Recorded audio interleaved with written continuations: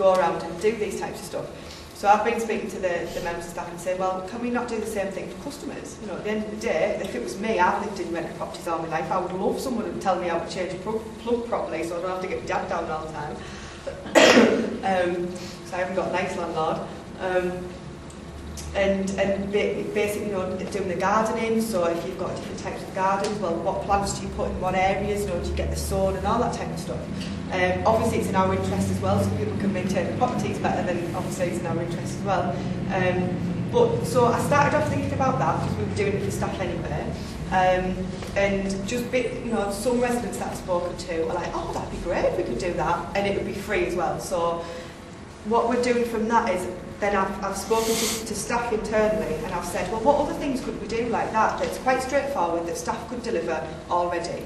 And one of the biggest ones that's come back is on the environmental side. So as a big organisation, we've got a lot of environmental agendas going on about construction to make sure we minimise the impact that we're having on the environment, but also energy efficiency in people's homes. Obviously, it's where a lot of the gases come out and things, so I'm told. And it's just having some practical tips. So, you know, as well as giving the free light bulbs out to people, you know, if they want to come along the training, but just basic stuff. Well, you know, here's some simple things that you can do in your home as well. And again, you know, that benefits everybody in that sense.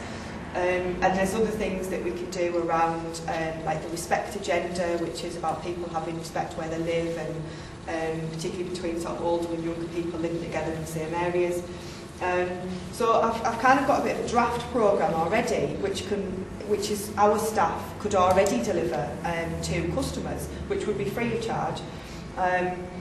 What the other side of that though is, well, there's two aspects. One is there's the venue side. So as a big organisation in Sunderland, I would like us to deliver this type of training out in the community. I don't want to be giving our money to business centres or big you know, places in the city to deliver training. I would much rather it be in local venues so that people feel comfortable, they can come in, and we're giving the money to community-based organisations so they get the benefit of it as well. So one is, you know, any ideas, or anybody's got any ideas on that type of stuff where we can deliver training, I would welcome anything.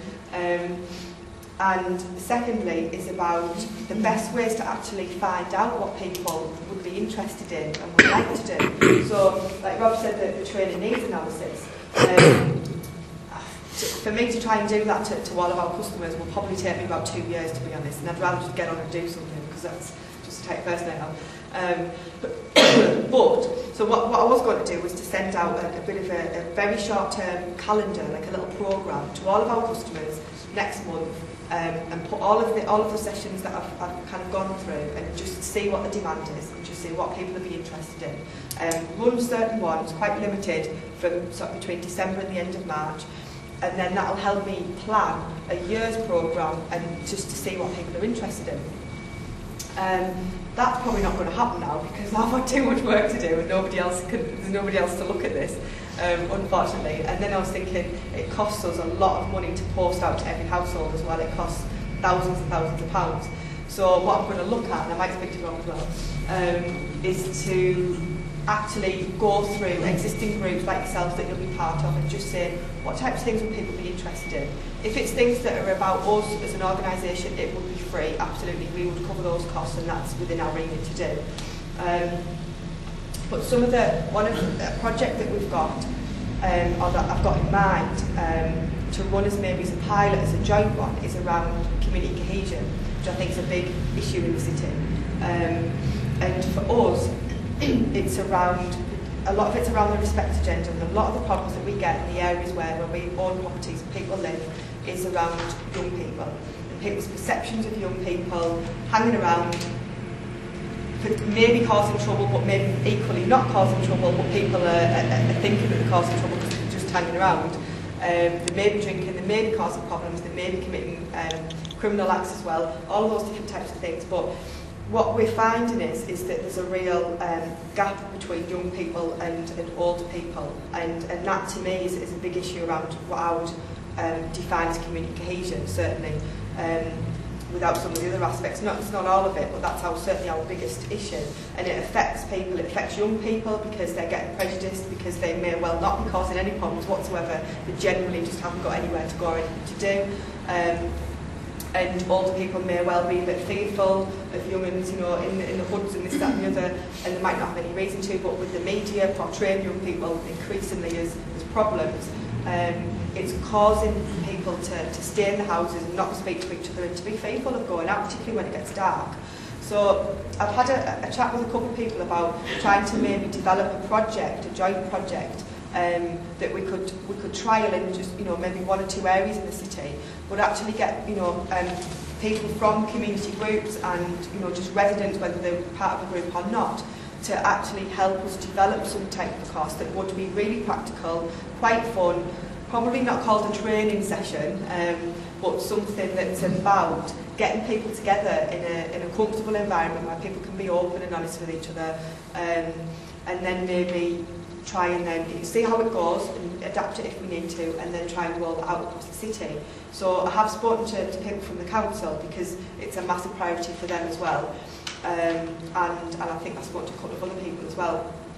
So again, if anyone would have any ideas or if they know of anything that works, even no matter how small it is, I would love to hear from people. But I'll just check the list again if I've got anything else. Yeah, just the other one is, one of the other aspects I need to look at is when we're providing training, we have a responsibility. If any customer provides a training, attends a training course, is that say they just attended a 2-hour DIY course and did the bits of joinery or whatever it was, that if they were interested that they could go on and do something else in that. So regardless of what training it is, it's our responsibility to support them if they want to learn more and go on and do qualifications. So again, we've not had much capacity to be able to develop that in the past. And the only thing that we do, which is a national project, is called Active Learning for Residents. So residents who are very active and involved in residents groups and customer focus groups and everything that we do, through that volunteering work, they can actually get a qualification out of that, and it's recognised nationally. And that's something that we're trying nationally for a housing organisation. But what we need to look at as well is, well, again, as a big organisation in the city, is to have links with training providers and colleges and universities, so that we might provide the taster courses, but if people want to go on and develop further, then we can plug them into another organisation that can then they can go and they can do as far as they want in that sense. And again, it's just about developing those types of networks, which in the past we've not really been able to do. And to be honest, we didn't have much flexibility to be able to do what we can do now. And I think that's about it, actually. I've probably covered quite a lot there, and I know I talked about